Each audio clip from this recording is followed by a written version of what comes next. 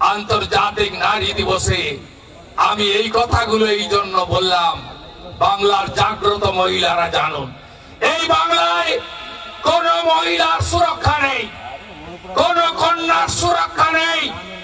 আমরা কন্যা সুরক্ষা যাত্রা করেছি, কোচবিহার থেকে কাকদ্বীপ, দার্জিলিং থেকে দীঘা। কেন? আরজি কর নাড়িয়ে দিয়েছে হসপিটালের মধ্যে ডাক্তার বোন তাকে ধর্ষণ করে খুন করা হয়েছে।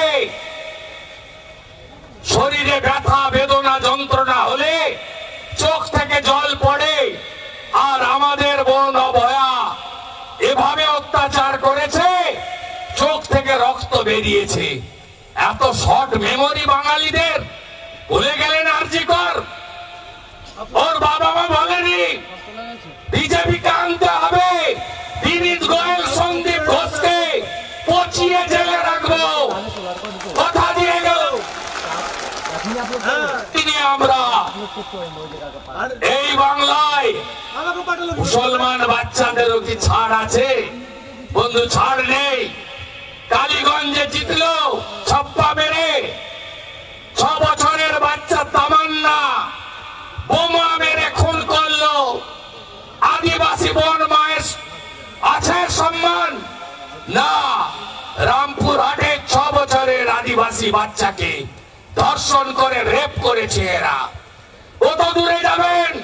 নমশূদ্র পরিবার হাঁসখালি নদিয়া, নমশূদ্র পরিবার ক্লাস 9-এর ছাত্রী, তৃণমূলের উপপ্রধানের বেটা রেপ করে গায়ে মদ ঢেলে দিয়েছিল, চিকিৎসা দিতে দেয়নি। সারা রাত্রি যন্ত্রণায় আমার ওই নমশূদ্র ওই তফসিলি মেয়েটা যন্ত্রণায় কাতরাতে কাতরাতে মারা গেল। ডেথ সার্টিফিকেট পেল না, শ্মশানে নিয়ে গিয়ে পুড়িয়ে দেওয়া হলো। অত দূরে যাবেন নদিয়া কেন? এখানেই চলুন, সত্যেন রায় আছে এই দক্ষিণ দিনাজপুরে। বিজেপি করার অপরাধে 4 জন আদিবাসী বোনকে নাক দিয়ে দণ্ডি কাটতে হয়েছে। ভুলে গেলেন রাজবংশী পরিবারের কালিয়াগঞ্জে ক্লাস 12-এর ওই ছাত্রীর কথা, যার বাড়িতে আমি কার্তিকরা গেছি?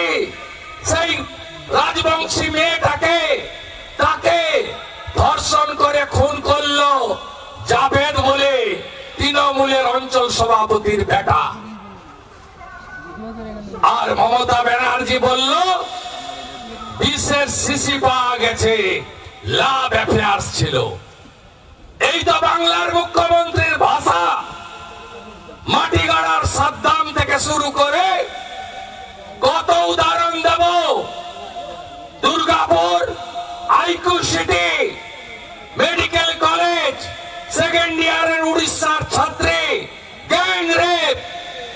তার বাবা উড়িষ্যা থেকে এলো, মেয়েকে হাতে ধরে নিয়ে চলে গেল, বললো এই বাংলা কোন মেয়ের জন্য সুরক্ষিত নয়। আর মমতা ব্যানার্জি বলল এয়ারপোর্টে দাঁড়িয়ে মহিলারা রাত্রে বেরোবেন না। আমি বলিনি, মমতা ব্যানার্জি বলেছে। মা বোন দিদিরা, কথা দিলাম, রেকর্ড করে রাখুন। বিরোধী দলনেতা বিজেপির অন্যতম একজন, কথা দিয়ে গেলাম, সব ধর্ষকদের বিজেপি সরকার এলে সকালে নেব, বিকালে খরচ করে দেব। ভারতীয় জনতা পার্টির অঙ্গীকার। অঙ্গীকার নারী সশক্তিকরণ। কোথায় 1,500 টাকা? কেন? টাকায় কি হয়? 349 টাকা যায় রিচার্জ করতে, 2 বার রিচার্জ করলেই খতম। চলুন উড়িষ্যা বিজেপি সরকার, সুভদ্রা যোজনা, বছরে এককালীন 50,000 টাকা মায়েদের। চলুন দিল্লি, রেখা গুপ্তা, মাসে 2,500। চলুন হরিয়ানা, মাসে 2100 টাকা। চলুন মহারাষ্ট্র, মাসে 2,000 টাকা। এই কর্মসূচি প্রথম হয়েছে শিবরাজ সিং চৌহান যখন মুখ্যমন্ত্রী ছিলেন মধ্যপ্রদেশে লাডলি বাহিন যোজনা নামে। তারপরে সর্বানন্দ সোনোয়াল আসামে চালু করেছেন, যেটা হেমন্তজি আরো বাড়িয়ে নিয়ে যাচ্ছেন। কথা দিলাম, যেদিন বিজেপি সরকার তার পরের 1 তারিখে মাসে 3000 টাকা অ্যাকাউন্টে ঢুকবে। আগে বলেছি নারী সুরক্ষা, আগে বলেছি বিধানসভা লোকসভায় সংরক্ষণ, আবার বললাম 3000 টাকা শুধু নয়, সমস্ত শিক্ষিত যুবতীরা চাকরি পাবে। ভারতীয় জনতা পার্টির অঙ্গীকার অমিত শাহজি ঘোষণা করে গেছেন। আনুন বিজেপিকে, বিজেপির অঙ্গীকার হাতে কাজ, পেটে ভাত, মাথায় ছাদ, পরিযায়ী শ্রমিকদেরকে বাড়ি ফেরাবো আমরা, কাজ দেব আমরা, শিল্পায়নের জোয়ার হবে, টাটা গ্রুপকে ফিরিয়ে আনবো।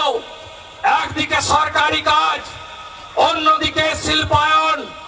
যেভাবে এগিয়ে যাচ্ছে বিহার, যেভাবে এগিয়ে যাচ্ছে 21টা রাজ্য, এই বাংলাকেও পরিবর্তন এনে, আসল পরিবর্তন এনে বাংলাকে উন্নয়নের জোয়ার বইয়ে দিতে হবে।